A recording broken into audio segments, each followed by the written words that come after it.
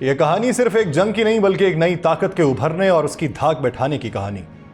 ایک ایسی کہانی جو ہر اس ملک کو ہلا کے رکھ دیتی ہے جو عالمی سطح پر اپنی حیثیت کو جانچنے میں لگا. یہ وہ دن تھے جب بھارت اور پاکستان کے درمیان کشیدگی اپنے عروج پہ پہنچی. بھارتی فضائیہ نے پاکستانی سرحدوں کی جانب اپنے جدید جنگی طیارے بھیجے اور دعویٰ کیا کہ وہ دہشت گردی کے خلاف لڑائی میں پاکستانی اراضی پر حملہ کر رہا ہے.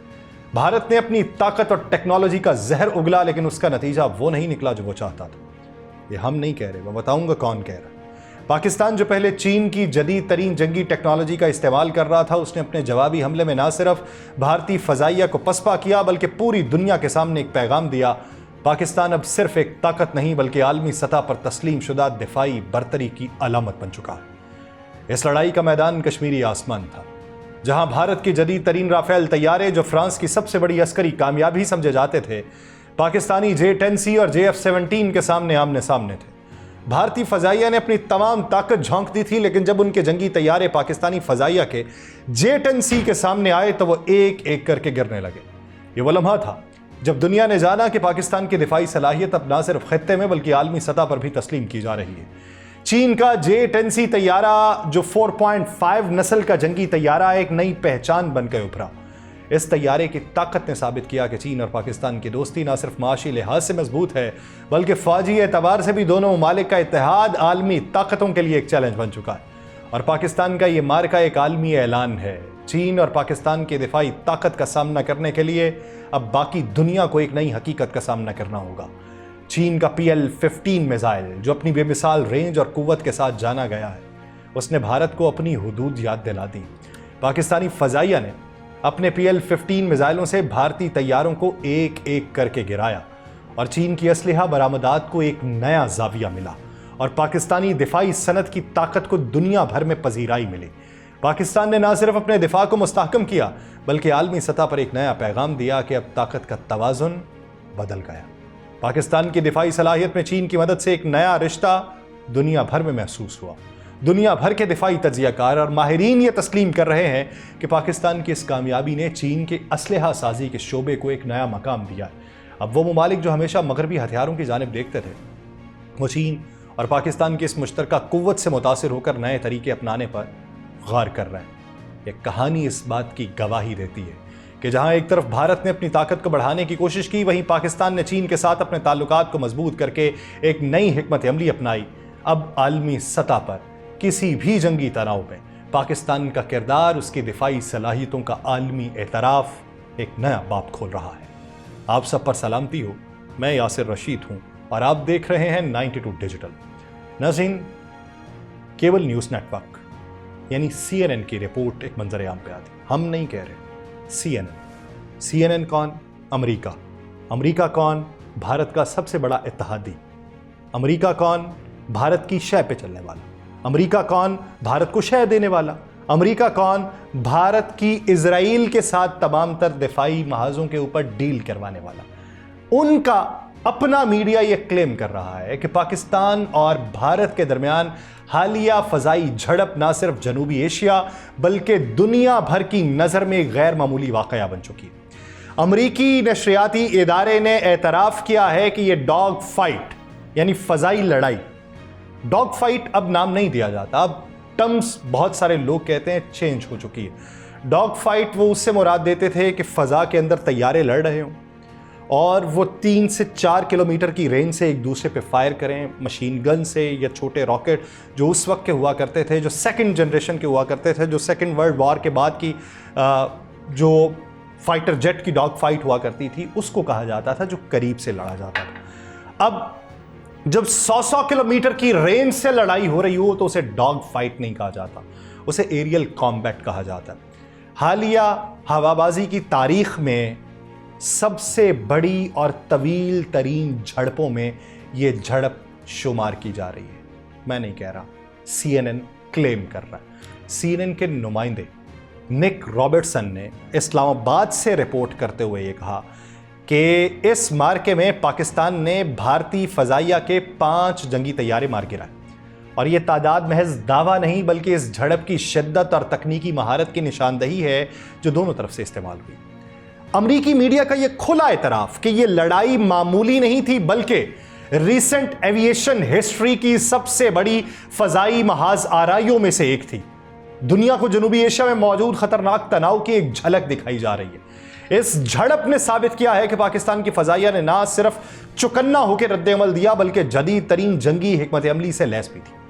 CNN کہتا ہے یہ پہلا موقع ہے کہ مغربی میڈیا، خاص طور پہ امریکہ جیسے ملک کا معتبر ادارہ، پاکستانی موقف کو اس انداز میں بیان کرے جو پہلے اکثر نظر انداز کر دیا جاتا تھا۔ یہ اس امر کا غماز ہے کہ اب دنیا کی آنکھوں سے پردے اٹھنے لگے اور طاقت کا توازن کس طرف کو جھک رہا ہے، اس کا اندازہ عالمی اداروں کو بھی ہونے لگا۔ CNN کی رپورٹ کے مطابق پاکستان اور بھارت کے درمیان جو حالیہ فضائی جھڑپ ہوئی وہ صرف 2 یا 4 جہازوں کی لڑائی نہیں تھی، بلکہ ایک مکمل فضائی معرکہ تھا جس میں کل 125 جنگی طیارے شامل تھے۔ یہ لڑائی 1 گھنٹے سے زائد وقت تک جاری رہی، جو کہ موجودہ ہوا بازی کی تاریخ میں نہایت غیر معمولی واقعہ تصور کی جاتی ہے۔ ہواؤں کی تاریخ میں یہ لڑائی بہت زیادہ دیر تک نہیں ہوتی، کچھ منٹس کی ہوتی ہے۔ طیارے آمنے سامنے آتے ہیں، ایک دوسرے پہ حملہ کرتے ہیں اور نکل جاتے ہیں۔ وہ کبھی بھی اس کے ریڈیس میں رہنا گوارا نہیں کرے گا، دور جائے گا طیارہ، کبھی بھی دشمن کے ریڈیس میں نہیں آئے گا۔ وہ چند منٹس کی ہوتی تھی، نکل جاتے تھے۔ وہ کہتے ہیں یہ گھنٹوں پر محیط رہی، تو گھنٹوں پر محیط رہنے پر یہ حالیہ فضائی تاریخ کی سب سے بڑی لڑائی بتائی جا رہی ہے۔ CNN یہ بتاتا ہے کہ اس جھڑپ کے دوران دونوں ممالک کے طیارے اپنی اپنی فضائی حدود سے بھی باہر نہیں نکلے، یعنی مکمل طور پہ یہ لڑائی دفاعی دائرے میں لڑی گئی، لیکن شدت اور مہارت میں اس کی نظیر بہت کم ملتی ہے۔ وہ کہتے ہیں میزائل فائرنگ کا سلسلہ بعض اوقات 160 کلومیٹر یعنی تقریباً 100 میل سے بھی زیادہ فاصلے پر ہوا۔ تو 160 کلومیٹر سے زیادہ فاصلے پر ہوا تو پاکستان سے پھر کیا چلا ہوگا؟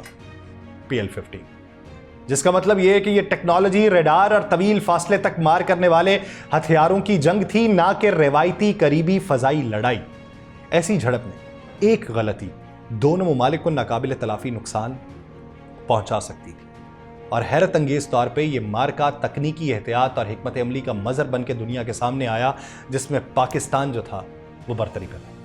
اس جھڑپ کو ہوابازی کی تاریخ کا بڑا ترین قرار دینا دراصل اس حقیقت کا اعتراف ہے کہ جنوبی ایشیا میں اب جنگ محض زمینی یا بیانیاتی نہیں رہی، بلکہ مکمل جدید ٹیکنالوجی اور مہارت کی میدان جنگ بن چکی ہے۔ CNN کی اس تفصیلی رپورٹ میں نہ صرف مارکے کی شدت اور وسعت کو تسلیم کیا گیا ہے، بلکہ امریکی دفاعی تجزیہ کاروں اور ماہرین نے بھی اس بات کا اعتراف کیا ہے کہ اس فضائی جھڑپ میں تکنیکی اعتبار سے پاکستان کی حکمت عملی زیادہ مؤثر اور منظم نظر آئی۔ ایک سینئر امریکی فضائیہ کے سابق آفیسر جو اب ایک دفاعی تھنک ٹینک سے وابستہ ہیں، انہوں نے CNN کو یہ بتایا ہے کہ پاکستان نے جس طریقے سے اپنے ایئر ڈیفنس سسٹمز اور لڑاکا طیاروں کو مربوط طریقے سے استعمال کیا وہ انتہائی پیشہ ورانہ تھا، وہ مکمل طور پر کنٹرول میں نظر آئے، اور ان کے پائلٹس نے وہی کیا جو ایک منظم فضائیہ کو کرنا چاہیے تھا۔ ادھر آرائیں یہ پائی جاتی ہیں کہ جب ایک طرف سے 80 جہاز ہوں اور دوسری طرف سے 35 جہاز ہوں، وہ پے لوڈ کو گرائیں تو پے لوڈ کچھ تو پہنچیں گے، بقیہ اگر آپ انہیں ٹارگٹ کر کے نیچے گرا دیں اور آپ کے جہاز بچ نکلیں تو یہ بہت بڑا کارنامہ ہوتا ہے فضائی لڑائی میں۔ یہ ہم نہیں کہہ رہے، دنیا کی جدید ترین ٹیکنالوجی کو استعمال کرنے والوں کی یہ آرا ہے۔ دوسرے ماہرین اس بات پر روشنی ڈال رہے ہیں کہ پاکستان نے نہ صرف دشمن کے طیاروں کو نشانہ بنانے میں برتری دکھائی ہے، بلکہ اس دوران اپنی فضائی حدود کے اندر رہ کر بین الاقوامی قوانین کی پابندی بھی کی، جو کہ غیر معمولی عسکری نظم و ضبط کی علامت ہے۔ ایک ریٹائرڈ امریکی نیوی پائلٹ نے یہ کہا کہ صرف میزائل فائرنگ کی بات نہیں تھی، یہ electronic warfare, command and control اور سائبر انٹیگریشن کا بھی مظاہرہ تھا۔ پاکستانی فضائیہ نے یہ سب ایک ہم آہنگ نظام کے تحت انجام دیا جو کہ کسی بھی جدید فضائیہ کے لیے قابل رشک موقع ہے۔ یہ اعتراف نہ صرف پاکستانی فضائیہ کی تربیت، مہارت اور ٹیکنالوجی کے امتزاج کا اعتراف ہے، بلکہ یہ بھی ظاہر کرتا ہے کہ عالمی سطح کے اوپر جنگی مہارت کی نئی تعریف جو ہے وہ اب جنوبی ایشیا کے ہاتھوں لکھی گئی۔ CNN اور دیگر بین الاقوامی ذرائع ابلاغ نے رپورٹس، ماہرین کی رائے اور خود بھارتی میڈیا کے ذریعے بعض حلقوں کی بے چینی کو اس بات کا ثبوت بنایا ہے کہ اس فضائی جھڑپ کو بھارت کو عالمی سطح پر غیر معمولی شرمندگی سے دوچار کروانا پڑا۔ سب سے پہلے تو یہ بات واضح ہوئی کہ بھارت کی طرف سے پیش کیا گیا بیانیہ، جس میں ایک سرجیکل سٹرائک اور دشمن کے اڈے تباہ کرنے کے دعوے شامل تھے، زمینی حقائق سے میل نہیں کھاتے تھے۔ جب بین الاقوامی میڈیا نے رپورٹ کیا کہ دونوں جانب کے طیارے اپنی اپنی فضائی حدود سے باہر نہیں نکلے اور میزائل تبادلہ 160 کلومیٹر کے فاصلے تک محدود رہا، تو بھارتی حکومت کی داخلی فتح کی کوشش جو تھی وہ عالمی سطح کے اوپر مشکوک ہو گئی۔ دوسری بڑی ہزیمت اس وقت ہوئی جب بھارت نے اپنے 5 طیاروں کے گرائے جانے پر نہ صرف خاموشی اختیار کی بلکہ اس حوالے سے کوئی واضح تردید بھی جاری نہیں کی، اور پاکستان کی طرف سے جاری کردہ ویڈیوز اور ملبے کی تصاویر نے دنیا بھر میں سوالات اٹھائے کہ اگر بھارت کے دعوے درست ہیں تو ان طیاروں کی موجودگی اور انجام کی وضاحت کیوں نہیں دی جا رہی۔ اس کے علاوہ بھارتی پائلٹ کا پکڑے جانا، پھر 2019 میں پاکستان کی جانب سے باعزت واپسی والا جو معاملہ تھا وہ اس وقت بھی ان کو ایک بہت بڑی زخم پہنچا کے گیا تھا۔ اس وقت بھارت کے اندر بھی حکومت کو اپوزیشن، میڈیا اور عوام کی جانب سے شدید تنقید کا سامنا کرنا پڑا تھا۔ اقوام متحدہ، یورپی یونین، امریکی محکمہ خارجہ نے اس واقعے کے بعد دونوں ممالک سے صبر و تحمل کی اپیل کی تھی، لیکن پس پردہ جو سفارتی چیزیں تھیں اس سے جنگ ختم ہوتی ہوئی جو دکھائی دے رہی تھی اس نے اندرونی طور پہ حکومت کا بیانیہ جو تھا وہ ملیا میٹ کر کے رکھ دیا تھا۔ اسی کی اب وجہ ہے کہ وہ پرانے منظرنامے میں نہیں جانا چاہتے۔ ان کے مطابق ایک ہائپ کریٹ کی ہے تو اس ہائپ کے کریشن میں ایک نیا منظرنامہ ہو کہ جس میں بیانیہ جھوٹ سے ایسا بنایا جائے، اس طریقے سے بنا جائے کہ لوگ اس کی گرہیں کھولتے کھولتے تھک جائیں لیکن حقائق تک نہ پہنچ پائیں۔ اسی وجہ سے وہ اس میدان میں اپنے آپ کو آگے محسوس کر رہے ہیں۔ لیکن اس فضائی لڑائی کا جو اثر ہے وہ اس وقت چائنا کی انڈسٹری کے اوپر بھی پڑا۔ یہ وہ لمحہ ہے جب دنیا نے پہلی بار آنکھیں کھول کے دیکھا کہ جنگ اب صرف بھارت اور پاکستان کے درمیان نہیں رہی، یہ ایک نیا میدان آزمائش بن چکا تھا جہاں مشرقی اور مغربی ٹیکنالوجی آمنے سامنے تھی، اور میدان جنگ ایک ایسا تجربہ گاہ تھا جہاں چین کے تیار کردہ ہتھیاروں کی اصل قابلیت کو پہلی بار حقیقی ٹکر ملنا تھی۔ فضائی جھڑپ میں پاکستانی طیاروں کے ذریعے بھارتی رافیل طیاروں کو نشانہ بنانے کے بعد عالمی سطح پہ ہلچل مچی۔ پاکستان کے دعووں نے نہ صرف بھارت کی خاموشی کو بے نقاب کیا بلکہ چین کی فوجی صنعت کے لیے ایک غیر متوقع کامیابی کی صورت اختیار کی۔ چین کی aviation company Chengdu aircraft کے شیئرز میں 40% اضافہ ہو چکا ہے۔ گو کہ بھارتی حکومت نے کسی طیارے کے نقصان کا اعتراف نہیں کیا، لیکن دنیا بھر کے تجزیہ کار اس واقعے کو گہرائی سے دیکھنے پر مجبور ہوئے۔ یہ جھڑپ محض ایک دفاعی واقعہ نہیں تھی بلکہ ایک تکنیکی مظاہرہ تھا۔ ایک طرف مغرب کے تیار کردہ فرانسیسی رافیل، دوسری طرف چین کی طرف سے تیار کردہ J-10C، اور جب نتیجہ دنیا کے سامنے تھا تو چین کے لیے ایک زبردست سفارتی اور تجارتی فتح تھی۔ چین نے گزشتہ چند سالوں میں اپنی افواج کو جدید خطوط پہ استوار کرنے کے لیے بے تحاشا سرمایہ لگایا، اور پاکستان کو ہمیشہ اپنا آہنی بھائی کہنے والا چین اب نہ صرف ہتھیار فراہم کر رہا ہے بلکہ ٹریننگ، ٹیکنالوجی اور حتیٰ کہ مصنوعی ذہانت کے ذریعے ٹارگیٹنگ میں بھی شراکت دار بن چکا ہے۔ Stock home international peace research institute کے مطابق چین نے گزشتہ 5 سالوں میں پاکستان کی 81% ہتھیاروں کی ضروریات پوری کی ہیں۔ ان میں نہ صرف جدید طیارے شامل ہیں بلکہ میزائل، ریڈار سسٹم اور دفاعی نظام بھی شامل ہے جن کا کردار کسی بھی جنگ میں فیصلہ کن ثابت ہوتا ہے۔ بین الاقوامی سیکیورٹی ماہر سجن گوہل کے مطابق جب بھارت اور پاکستان میں تصادم ہوتا ہے تو وہ دراصل چینی فوجی ساز و سامان کی جانچ کا ماحول بن جاتا ہے۔ اس کے علاوہ چین اور پاکستان کی مشترکہ مشقیں ہیں جن میں سمندری، فضائی، زمینی تربیت، کمپیوٹر، سیمولیشنز، یہاں تک کہ کریو سویپنگ ڈرلز بھی اس بات کی غمازی کرتی ہیں کہ چین محض ایک سپلائر نہیں ہے بلکہ میدان میں آزمودہ اتحادی بھی ہے۔ امریکی think tank foundation for defence of democracies کے ماہر کریگ سکنلر کا کہنا ہے کہ چین اب محض ہتھیار نہیں دے رہا بلکہ جنگی توازن کو خاموشی کے ساتھ بدل رہا ہے، اور یہ ٹکراؤ اب 2 ممالک کے درمیان نہیں ہے بلکہ ایک نئی عالمی کشمکش کی جھلک ہے۔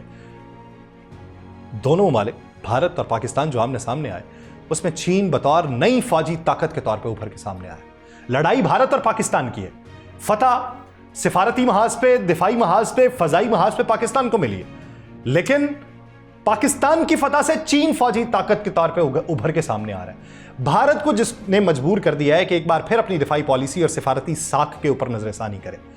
یہ کہانی اب محض ایک علاقائی تنازع کی نہیں رہی بلکہ عالمی طاقتوں کے بدلتے ہوئے اتحاد اور مفادات کی نئی بساط پہ بچ چکی ہے۔ 1947 میں آزادی کے بعد سے بھارت اور پاکستان 3 مرتبہ کشمیر کے مسئلے پہ جنگ لڑ چکا ہے، اور ہر بار اس تنازع نے بین الاقوامی سیاست کو ایک نئی شکل دی۔ سرد جنگ کے دور میں جب دنیا 2 بلاکس میں بٹی ہوئی تھی، سوویت یونین بھارت کے ساتھ کھڑا تھا جبکہ امریکہ اور چین نے پاکستان کی حمایت کی تھی، مگر اب ایک نئے سرد جنگ جیسے دور کا آغاز ہو چکا ہے اور اس بار کردار بدلے ہوئے۔ بھارت جو طویل عرصے سے غیر جانبداری کی پالیسی پہ گامزن رہا، اب وہ تیزی سے امریکہ کی جانب ہوتا جا رہا ہے، اور واشنگٹن کی مسلسل کوشش رہی ہے کہ چین کے بڑھتے ہوئے اثر کو کم کرنے کے لیے بھارت کو ایک تصویراتی توازن کے طور پہ استعمال کیا جائے۔ اسی پالیسی کے تحت بھارت نے نہ صرف امریکہ بلکہ فرانس اور اسرائیل جیسے اتحادیوں سے بھاری مقدار میں اسلحہ خریدا اور روس پہ انحصار کم کر دیا، وہی روس جو دہائیوں تک بھارت کا اہم ہتھیار فراہم کو نندا رہا۔